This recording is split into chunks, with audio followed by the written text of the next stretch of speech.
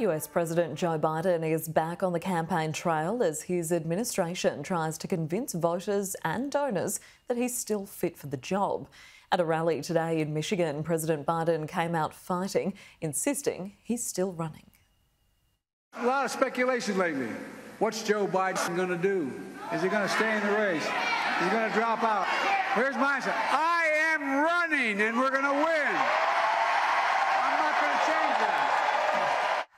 It follows two major fumbles at the NATO summit yesterday, where he called Ukraine's President Putin and his own Vice President Kamala Harris Trump.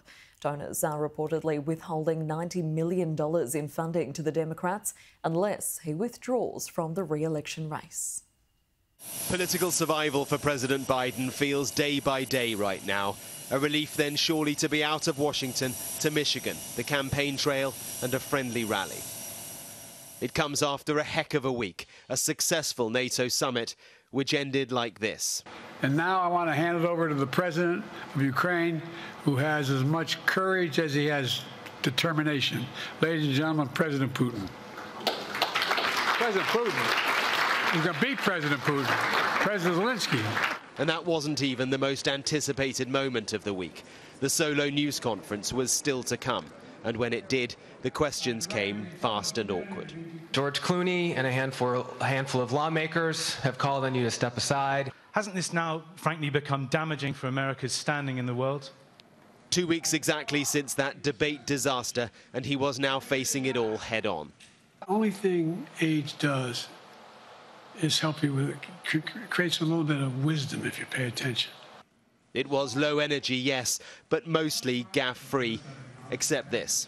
I wouldn't have picked Vice President Trump to be vice president, but I think she was not qualified to be president. A trademark tongue slip he now truly cannot afford.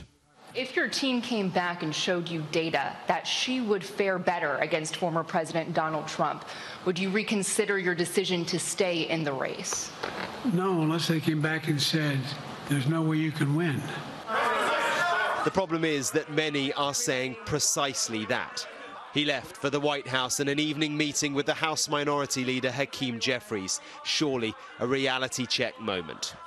In my conversation with President Biden, Jeffries wrote after, I directly expressed the full breadth of insight, heartfelt perspectives and conclusions about the path forward that the caucus has shared in our recent time together. But on the morning shows from a congressional grandee stalwart, the support was holding just about. Let Joe Biden continue to make his own decisions about his future. He's earned that right. And I am going to give him that much respect. If he decides to change his mind later on, then we will respond to that. The anxiety among Democrats in here is growing by the day because they hear the voters, they see the polls, and they know Donald Trump is enjoying every moment. Because Biden is the vulnerable, beatable opponent the former president wants.